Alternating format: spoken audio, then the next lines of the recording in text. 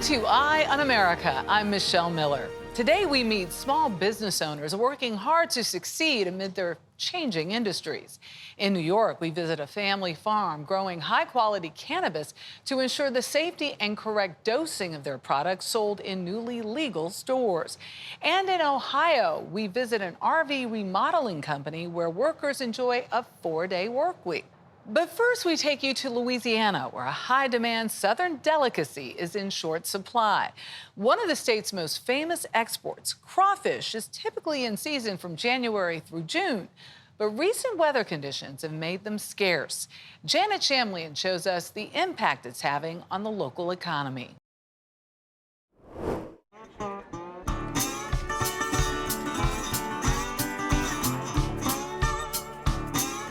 Those look good. Yeah, they're awesome.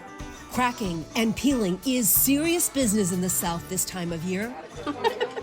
It's crawfish season, the crustacean that looks like a tiny lobster and tastes like a salty combination of shrimp and crab. The crawfish! At the Cajun table in Lafayette, it's busier than usual. Pricier, too.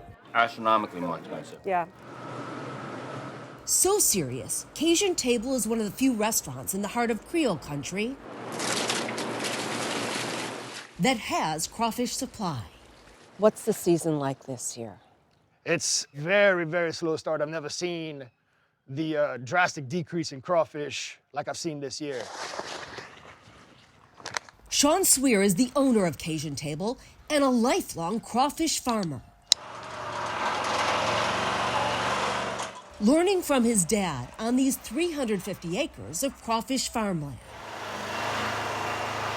Harvesting his own fields is the only reason he has crawfish, but not nearly enough. When you're out on the boat, how many sacks are you bringing in now compared to normal this time of year? What we're bringing in now is about 7 to 8 sacks, and we're running 4,000 cages. So what we normally would be bringing in right now is at least 30 to 40 sacks. Swear says that's less than 20% of his normal haul. You can pick out the old bait, look. Okay. That, throw that in the water.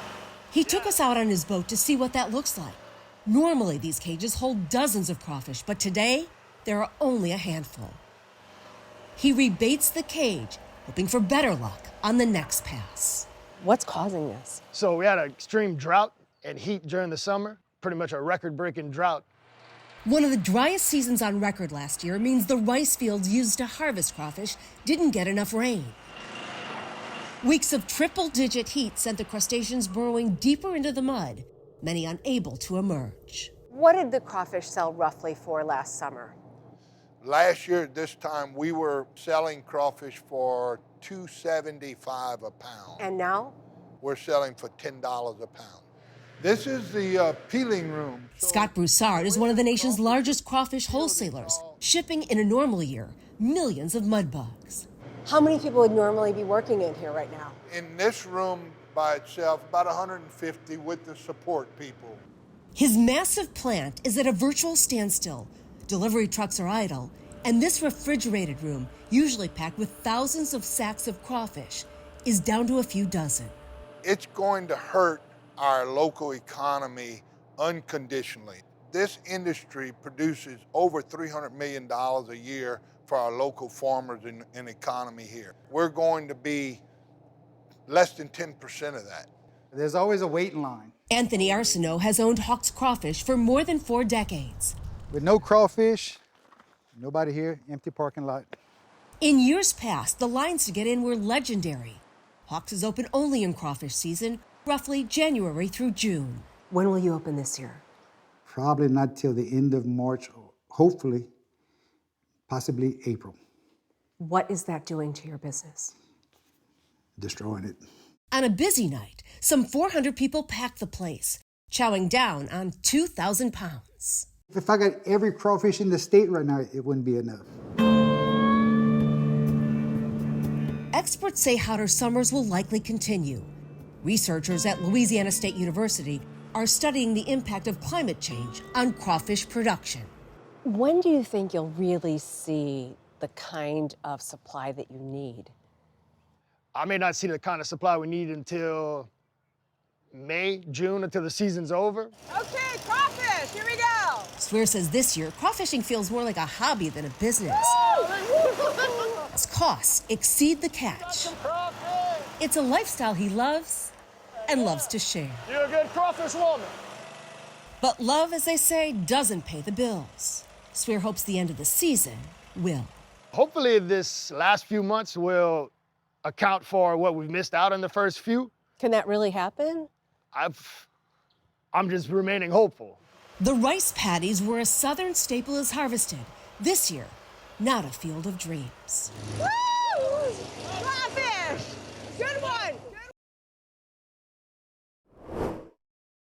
Now to another crustacean business in survival mode. For the second year in a row, Alaska canceled their famous snow crab season due to the declining crab population. Jonathan Vigliotti learns about the effort to save the species and the small businesses that depend on them. Alaska's Kodiak Archipelago is known for its catch of the day. While Gabriel Prout is grateful for his modest haul of king crab, it's the vanishing of another variety that has this fishing port bracing for financial fallout. We're still definitely in survival mode, trying to find a way to stay in business. Last season, when we first met Prout, confusion. Where have the snow crab gone? Now, a sense of panic in the state's fisheries, which produce 60% of the nation's seafood. It's just still extremely difficult to fathom how we could go from a healthy population in the Bering Sea to 2 closures in a row. While Prout is barely holding on, others, like Joshua Songstad, have lost everything. All of a sudden now I'm at home with no income and really not much to do. The crisis first began in early 2022 after biologists discovered an estimated 10 billion crabs disappeared, a 90% plunge in the population. When you first saw the results in 2021, what went on in your mind? The first reaction was, is this real? You know, we looked at it was almost a flat line. Ben Daly with Alaska Department of Fish and Game assisted in the search. Environmental conditions are changing rapidly. According to new research from NOAA, a marine heat wave linked to climate change likely impacted their food supply and drove them to starvation. Look for causes. Biologists hope this second round of suspensions will give the remaining snow crab population time to bulk back up. But with the climate threat only growing, there's concern the snow crabs, along with the industry that depends on them, will continue to shrink. I'm a 4th generation fisherman. If we keep going the way we're going, there's not going to be any of us left.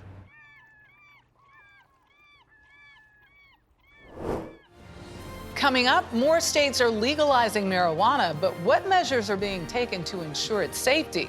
This is Eye on America.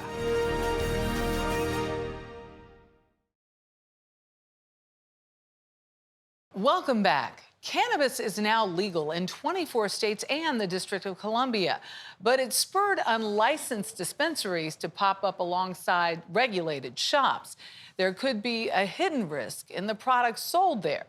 Dr. Celine Gounder visits one family-owned farm to see how they test for purity and potency in their products.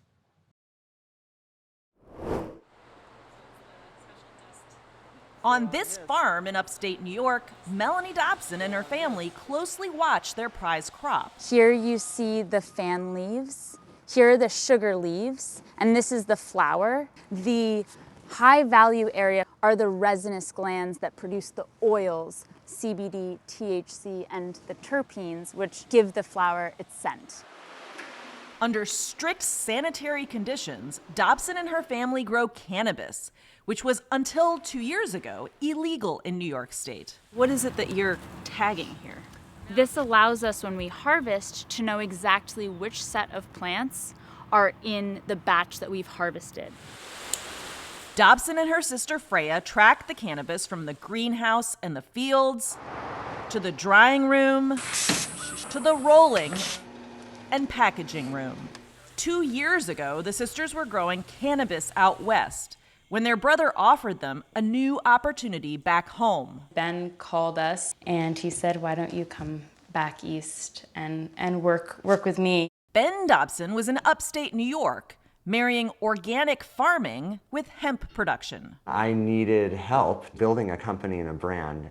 I was calling since from April when we got the license, like, when are you going to come back?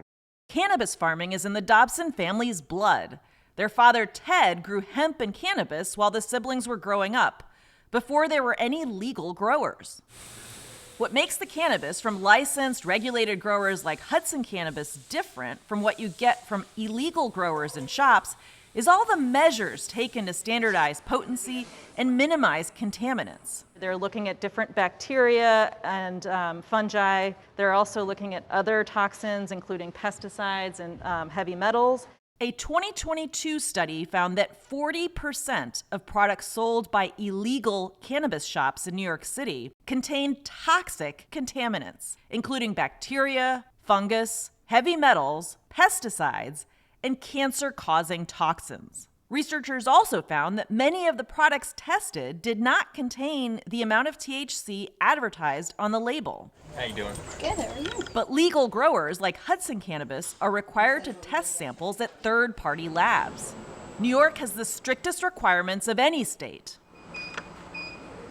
Once cannabis products clear testing, they're distributed to licensed dispensaries across the state.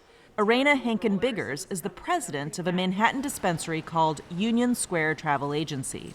The product that you sell is not just tested for contaminants, it's also tested for potency. Why does that matter? Because you don't want a bad experience, right? You're going to really have a negative reaction in many cases, increased paranoia. The effects of the high will last a lot longer.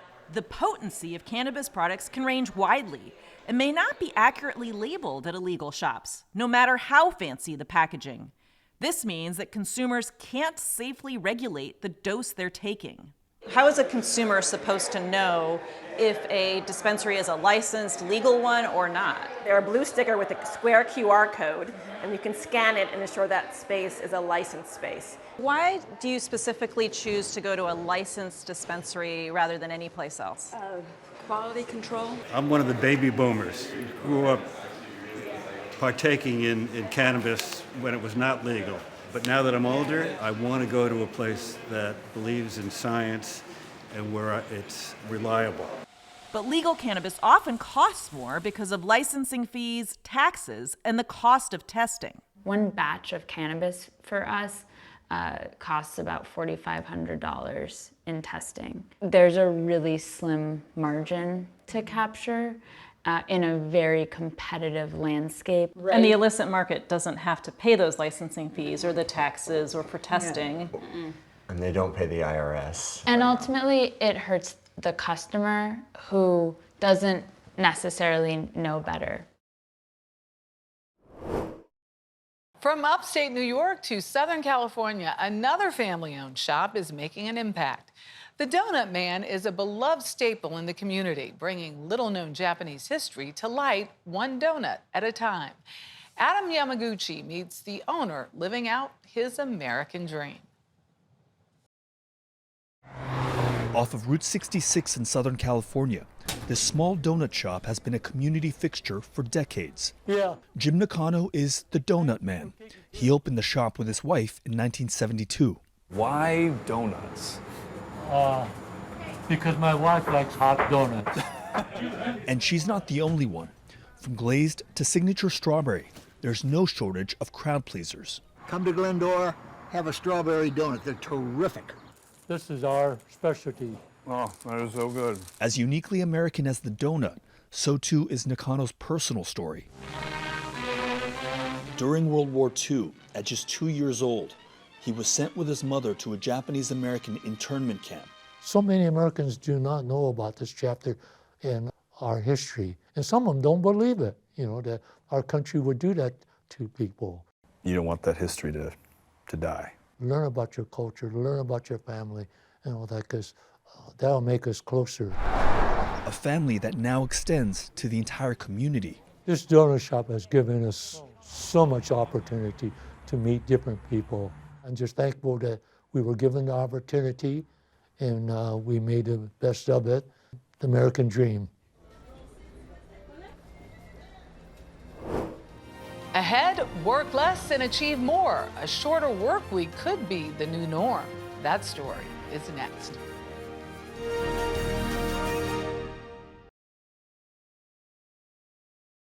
We close our show with a movement that's gaining momentum in the workplace. The promise of a 4-day work week is challenging the traditional Monday to Friday model. Brooke Silva-Braga looks at the pros and cons and one company where it's already working. Advanced RV outside Cleveland, Ohio, is no hotbed of ivory tower theories on the future of work. No, it's the kind of place where when the boss forwarded an email about testing a 4-day week, the workers mostly rolled their eyes. I read it and kind of chuckled a little bit, like, oh, that's cool, yeah, that probably works great in Europe. I was a little skeptical at first. When I first heard that, I thought it was a joke. No way is this gonna work. Not a chance in Hades. Advanced RV's 50 employees were already plenty busy making high-end, highly customized camper vans. Dave MacArthur handles metal fabrication. Brent Figuera works on the electric. Chris Perko does quality control. Mike Griffiths oversees production. But it was owner Mike Neuendorfer who had read an article suggesting a radical change. Working 4 days a week, just 8 hours a day, but still paying everyone their full salary while aiming to maintain their old 5-day productivity. It would be a huge challenge, but if it worked, it would be the most significant thing I've ever done. Can you imagine giving 50 people a 3-day weekend? It's pretty amazing, every week. So that was the attraction. You realized the impact this would have on people's lives. I did, to some degree. Did people think there was a catch at first? What was the reaction? Yeah. But there wasn't a catch. In 2022, they joined 40 other North American companies in a 6-month trial organized by 4-Day Week Global. Now, the other companies in the trial were mostly places where everyone works on a laptop, small tech companies and nonprofits. So Advanced RV became a special kind of test case. Could a Rust Belt automotive company really implement a labor movement fantasy? At first it was, well, we're all gonna take this day off, we're all gonna take that day. And it's like, okay, guys, wait a minute. It's not gonna work like that. The way it would work, they learned, was with a series of compromises and adjustments. You know, one guy will take Monday, the other guy takes Friday. We usually try to schedule any doctor's appointments or dentist appointments like on our day off. But now remember, for the trial to be a success, they still had to maintain their old 5-day output. Do we have enough inefficiencies in our day that we can eliminate to still get the same amount of work done? It's saying there are 8 hours a week that, you know what, you don't even need to be here. You know, the first big one was what meetings are we having every week that really aren't very useful for us. You know, we changed meeting protocols, we changed processes, we changed communication protocols, and all of it is little things. The biggest thing, everybody's focused. We heard over and over, It seems like we're getting more done in less time. is motivation to make the schedule permanent. If people really want it, they can make it work, I think. But people have to work to make it happen. Yes, it ain't just gonna you ain't just gonna get that extra day off and not have to do anything to accomplish that. Yeah, what is the trade? What do you have to give to get this? Here, it was just like everybody working together. Everybody working a little extra. I was really skeptical about it. I didn't think it was gonna happen, but I mean, it's amazed me that it's happened. A survey after 6 months found 95% of workers in the 41 trial companies wanted to keep the new schedule. And none of those companies said they'd go back to 5 days, at least for now. So could this really be the future of the American Monday? Walking the dog, working in the garage. It's just great to have an extra day to be able to do that. I've heard about the movement for a 4-day work week like for 10, 20 years now, but it's really gaining more momentum now. Stephen Greenhouse was the longtime labor reporter for the New York Times. Part of it is Americans seem more concerned about work-life balance than was the case 10 and 20, 30, 40 years ago. They don't want work controlling their lives, dictating their lives. They want to have control. Major changes to the way we work, Greenhouse says, almost always follow decades of popular protest for change. But if the goal is a 32-hour work week, there may be a lesson in how we settled on a 40-hour work week just 100 years ago. Really, the big, most important development was Henry Ford changed his factories from 9 hours a day to 8 hours a day. So Ford makes this change, but that's just one company. Other places then felt pressure to follow? Well, Ford at the time was arguably the nation's most prominent company. And I think a lot of other companies, a lot of other industries felt we better do what Henry did because Henry Ford is making $1 gazillion and is leading the way. The 4-day movement is still waiting for its Henry Ford. Many of the most prominent companies of this era are famous for pushing employees to work more, not less. Even Mike Neuendorfer says this isn't for everyone. I'm not evangelical about it. The structures of businesses are so different. It worked here, he says, because only one shareholder had to agree, him. And the workers weren't just punching a clock, but banding together to be more efficient. If they don't hit their goals, the 5-day schedule could come back. But he doesn't expect that. Too many people now are hooked on the pleasures of their endless long weekends. And Neuendorfer thinks eventually they'll have much more company. Changes are accepted over time. The number of people who experience the joy and the freedom and the creativity of having a 3-day weekend is just huge. And it's going to be a driving force, I think. But I don't know how it's going to happen or how quickly it's going to happen. For more stories like these and live coverage of breaking news 24/7, stream this right here on CBS News. I'm Michelle Miller. Thank you for watching Eye on America.